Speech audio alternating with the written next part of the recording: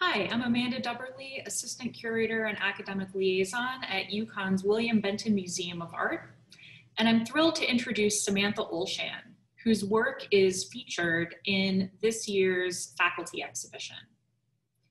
Samantha Olschan is an award-winning transmedia artist who works across animation, art, design, and visualization. Her creative practice investigates how motion design and experiential narrative can be of service to underrepresented and/or underserved communities through visual storytelling and design advocacy. She received her MFA in Film, Video, and New Media in Animation from the School of the Art Institute of Chicago, and her BFA in Fine Arts, Electronic and Time-Based Media from Carnegie Mellon University.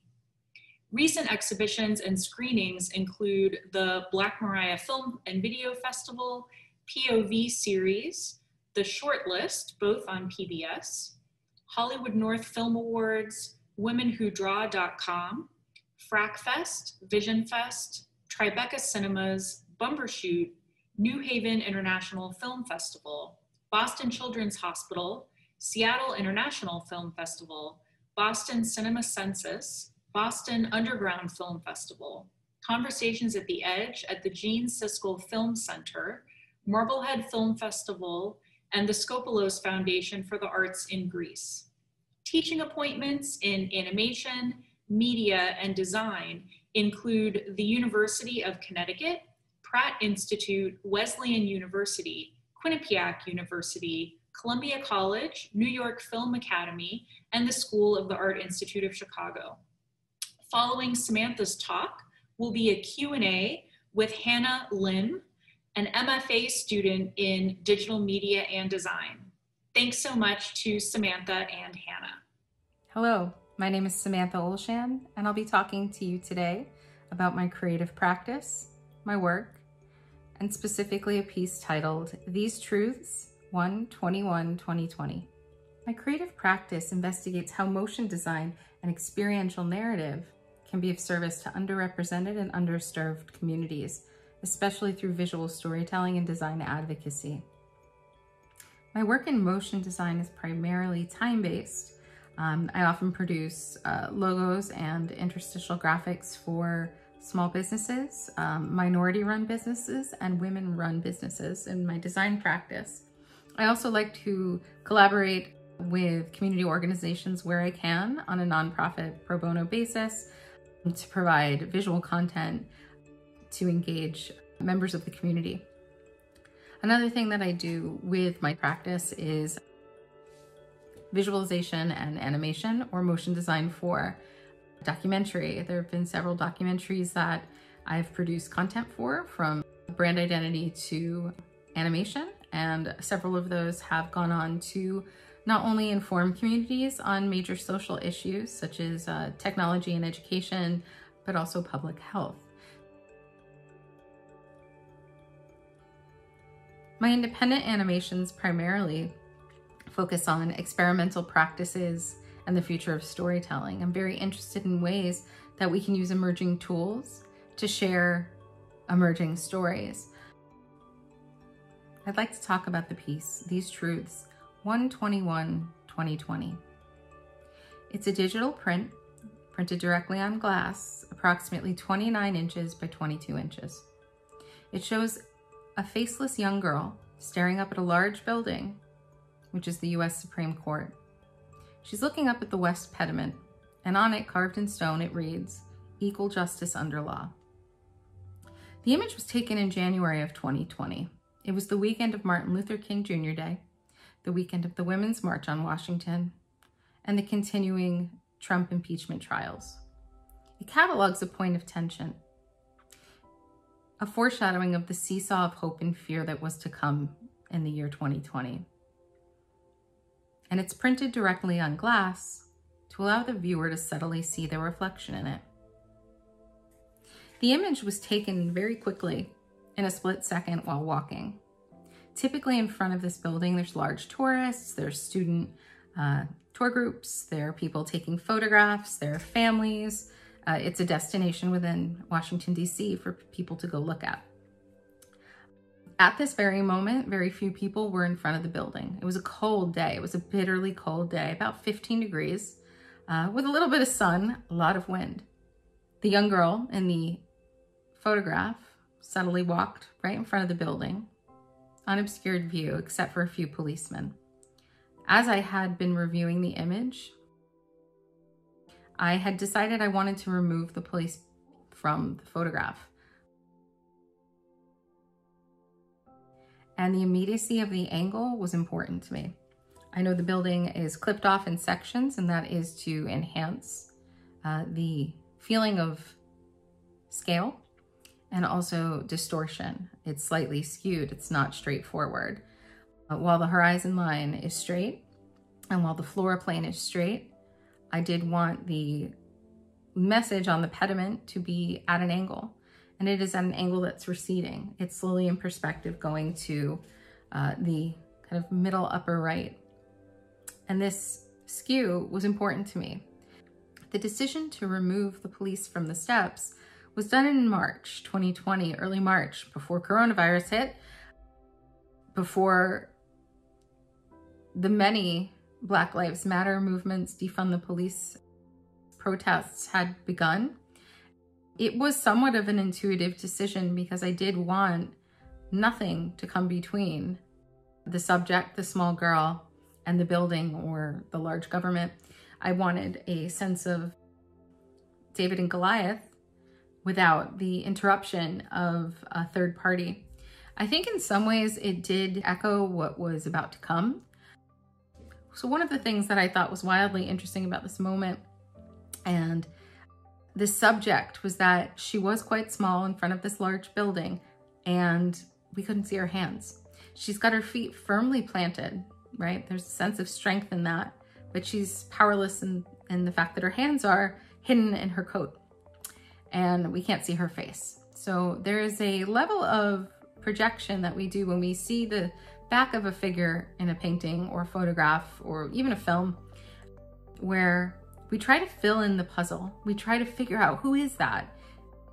What's happening here? And I think that call to action by having a kind of almost like a ghost. It's a ghost image in a sense. We know who she is, but we really don't know who she is. You know, is she us? Is there more to that story? I think that was a really important part of why this image works for me. Had she been turned around the other way, had we seen her face, I think we would have a different interpretation, and that might come preloaded with bias. And I really like that we can see the back of this subject and imagine or project rather than stereotype, right? What we are doing, the work that this image asks for. I think by not knowing who she is, by not having a face and not having those hands, right? These features that we would typically see or indicate maybe age or race or even gender to some capacity. It allows us to do the unbiased work that is questioned in Are We Equal? So I think that was a really powerful pose that she could have taken, and I'm glad to have captured that. Equal justice under law. On these very same steps, we had Black Lives Matter protests within 5 months.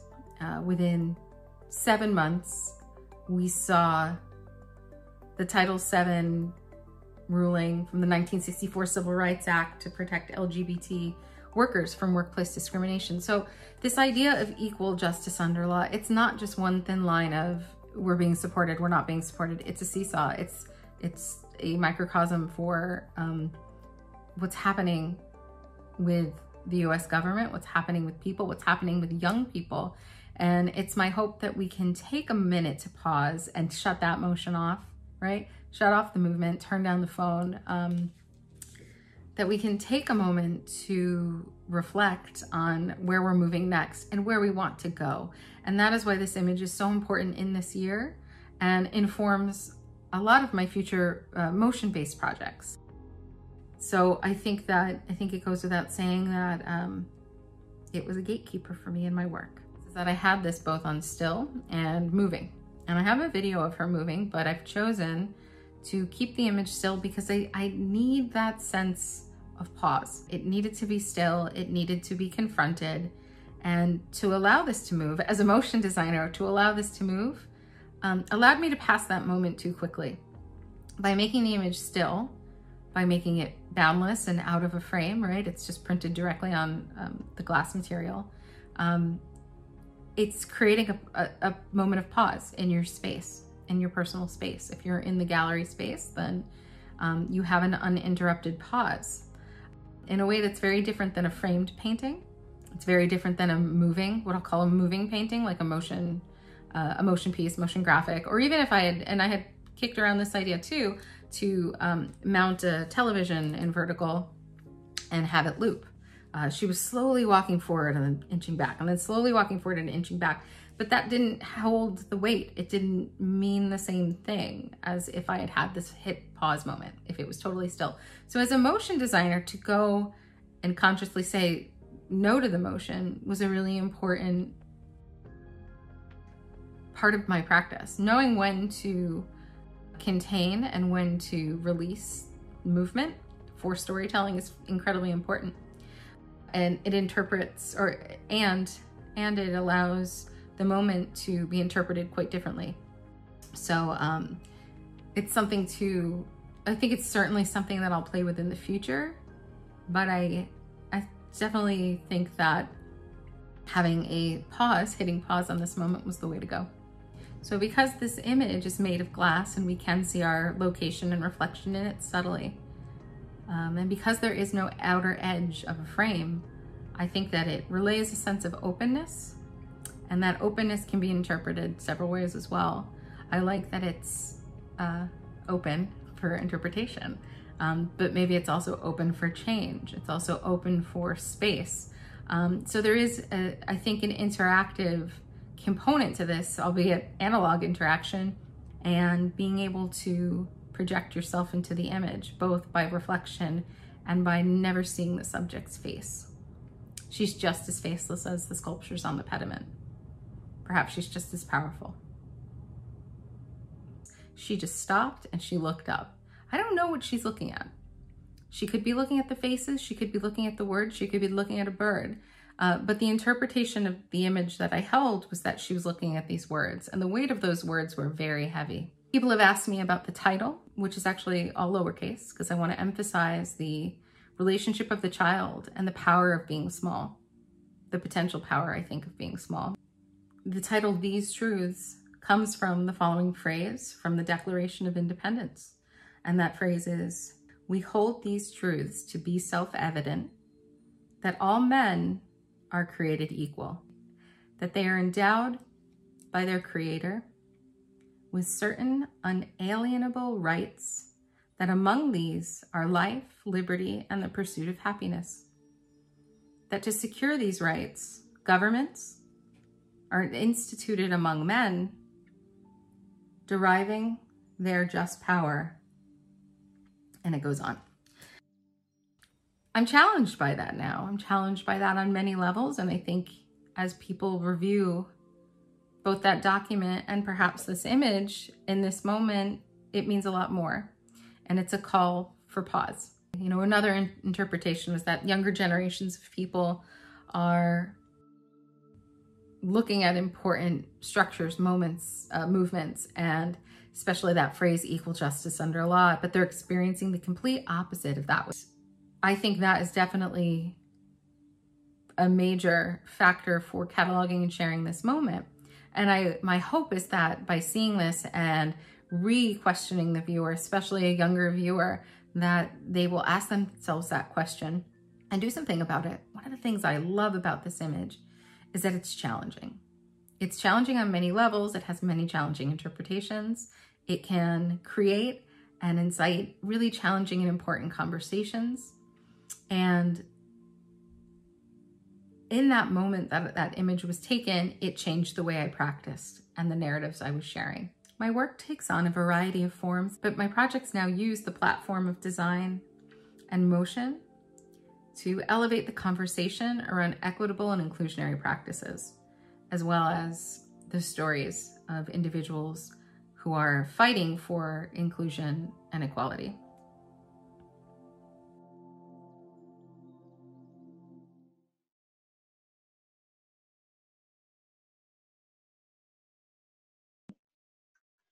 Hello, I'm Hannah Lim, and I'm a graduate student in UConn Digital Media and Design Department. And I had some question after seeing your work and your artist video. So you are a faculty in UConn Digital Media and Design Department, and you teach motion graphic and animation. And in your videos, I saw that most of your works are motion graphics and some of designing work. And when I went to the Benton to see the exhibition, I was quite surprised to see a photo on a wall. So among all your works, why have you selected this piece to represent your work in this exhibition? Well, thanks. That's a great question. It's wonderful meeting you. This is a really important decision that I made, right, to go still. And I think I addressed it in my artist video, that this was originally taken as video. And I extracted a still from that video because I felt that, one, the moment that this piece was representing was a moment that needed to be shared immediately, now in 2020. And also, two, that it needed to be slowed down. Just because I work in motion, primarily in motion and animation, where things move, all of those things that move are made up of one still image, right? 24 still images, and so on and so forth. So I think that extracting one image for me isn't that much of a departure from motion, since all my work is made up of several small still images in a sequence. But it was important that this wasn't moving because I thought that the viewer was able to project themselves into the image better or more. They weren't relying on the motion for the story. So much of my work in motion is about movement expressing an idea or a concept. And here I wanted the stillness to express this concept. And that concept for me was that this was a very heavy moment where we had to make a decision about what was happening in the image. So that's why it's on a wall as opposed to even a digital screen. I said in my artist talk as well, I had thrown around the idea of having it play back in digital or have it be on a light emitting surface, because that's what I'm used to working with. But it just wasn't the right choice for this image. And I do see this as an image that could be shared. I've been, over the past, I would say 6 months, I've become very interested in how we reconstruct images that tell our histories or tell stories. And when I think of that, I think of classical painting, or I think of journalism or photography. So I think that in that way, this still image fit that vein of thinking that was going on in my process and my work. Cool. So continue with that, your answer. Like that capturing that moment in the moving image and working with that one pause sounded like it was a very important turning point for you as a motion graphic artist. Like after working with this project, did it affect you in a way how you plan or see your work? Absolutely. I think this will also touch on some of your other questions, but part of the way that I plan work when I'm in between projects or I'm working on a project, an independent project, not for a client or not for a specific audience, I tend to go through a really in-depth collection process. My friends and colleagues have nicknamed me camera hands at one point because they were like, put down the camera, put down the phone. Because what I do is I catalog everything in my environment. That could be textures on a sidewalk. That could be an ink stain on the side of my hand. That could be, basically I call it input for output. Anything that's coming in, I'm receiving, and that information is being channeled through my work.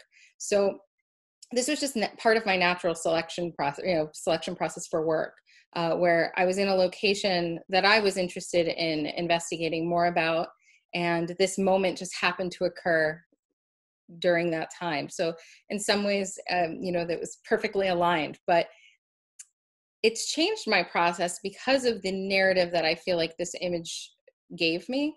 A lot of my work in the past, whether it's motion design for, I think I talked about this in my video too, motion design for a client or audience. I was doing a lot of work for, nonprofits or for women of color. And in my personal work, I was doing short animations that had to deal with narratives of otherness. Throughout my animation career, I've been doing a lot of independent work about women or others, what I'll call others. And this moment kind of reframed that word other. And I no longer saw the narrative of being other. It's kind of us, right? It's the us, right? So I want to tell the story of us, and that includes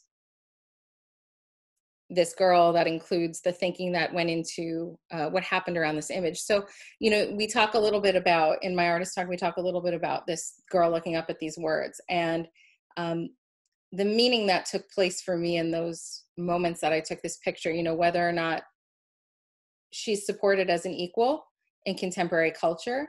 And then me as an older woman, right? I was once a young girl. Do I feel equal? So I think there is, I use the word seesaw in my narrative, but there's this seesaw that's happening when I look at this image that makes me think, I am equal, I am supported, I am doing all of these amazing things that, my great grandmother or my grandmother or even my mother couldn't do.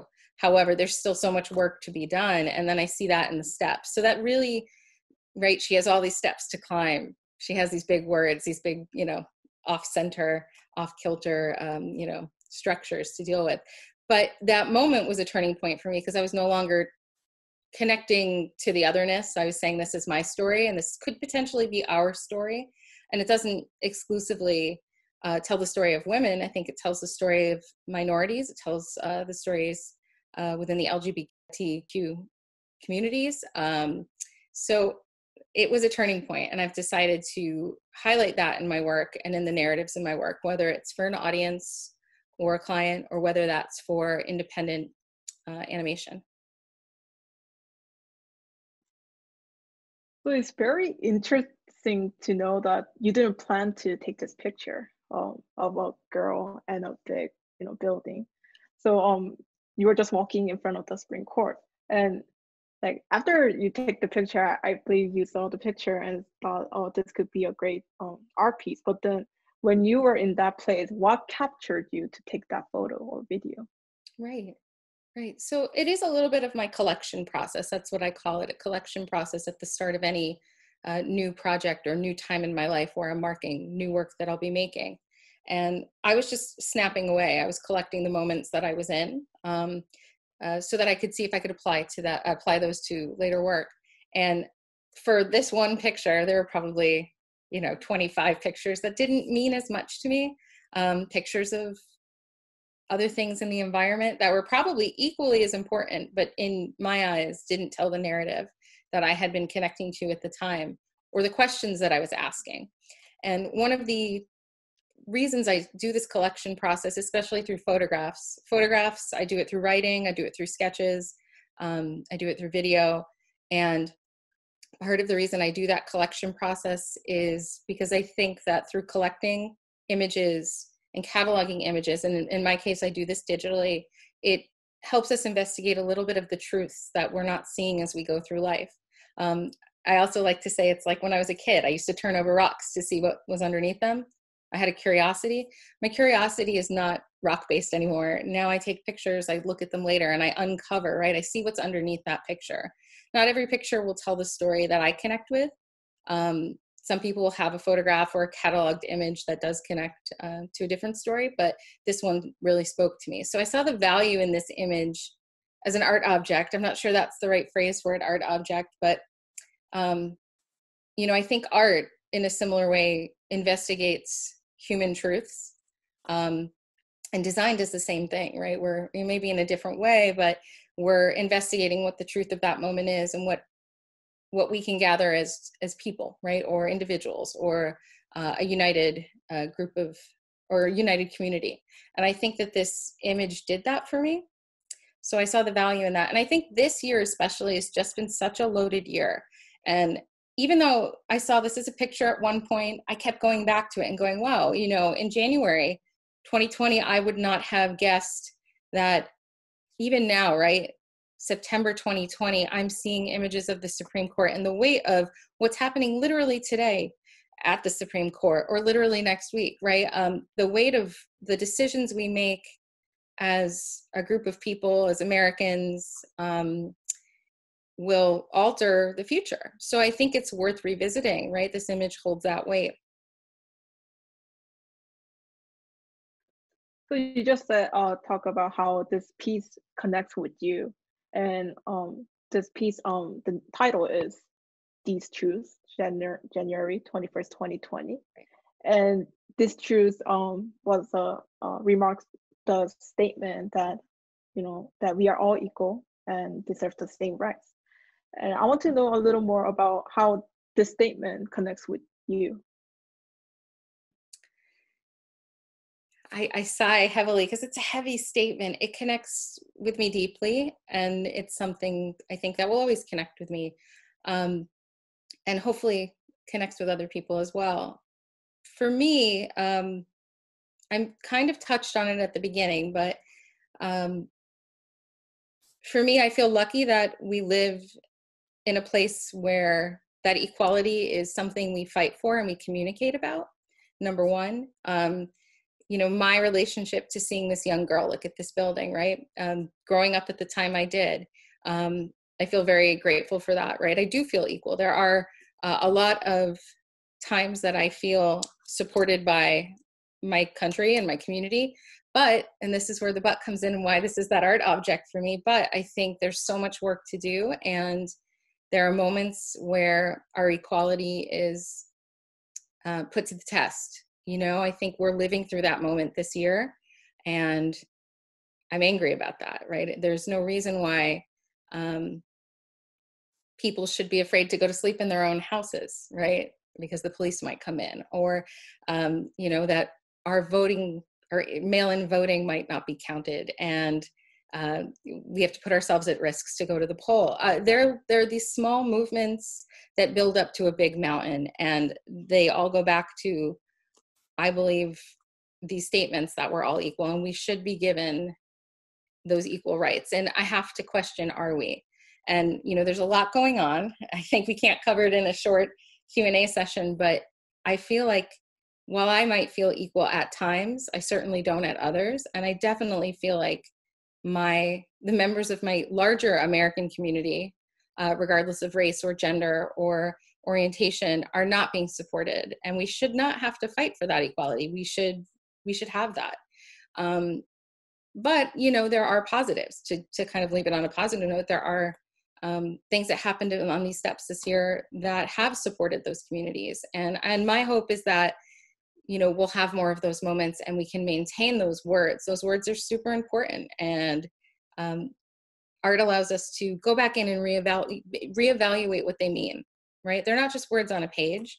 How are we living them every day? Are we living them every day? And then what should we do if we're not? And I think we're in that stage now. What should we do if we're not?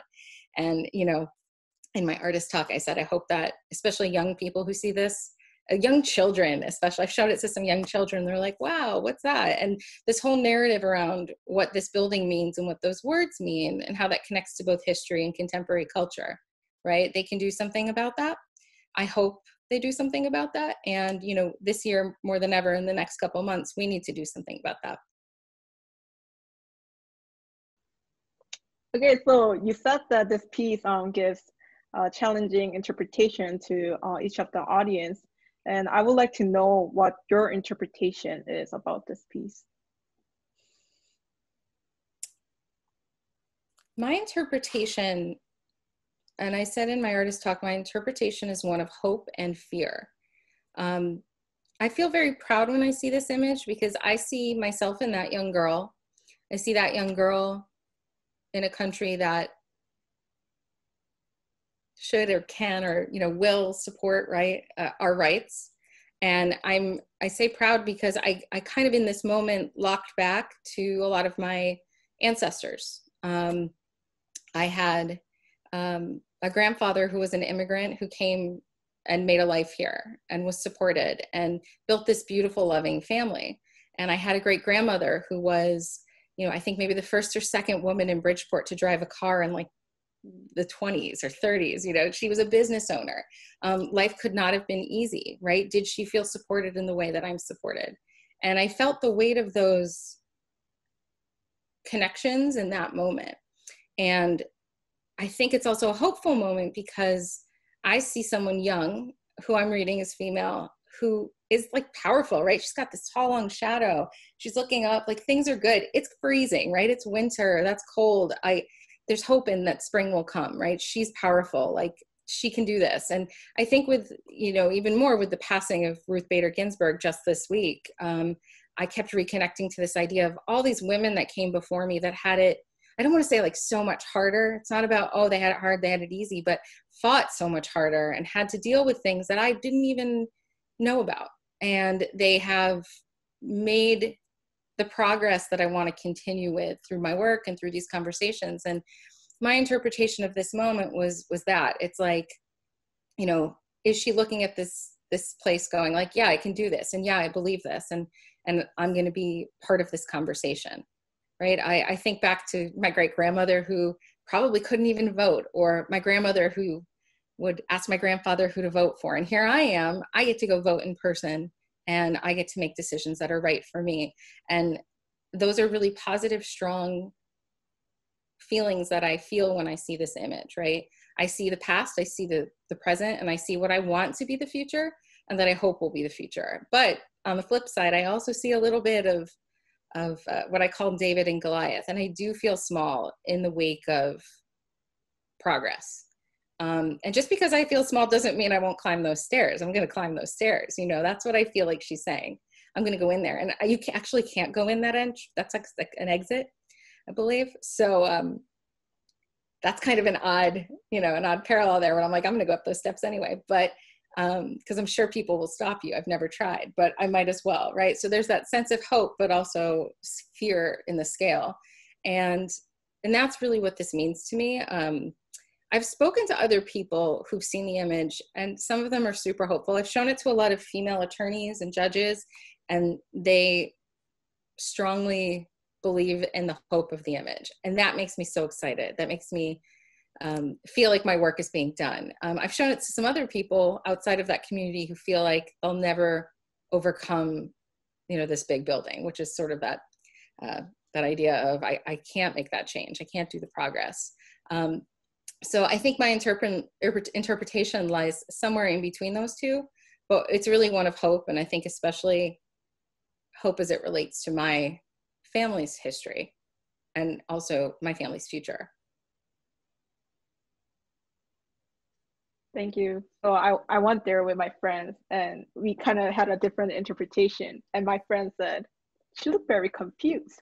Like this, because she's like something like this and right. Looking at the building. So she looked very confused, but I kind of interpret as a hope, like seeing a kid looking at a big building, and it felt like a future of like wishing that this building would do its job, like like looking like that. So it's very interesting.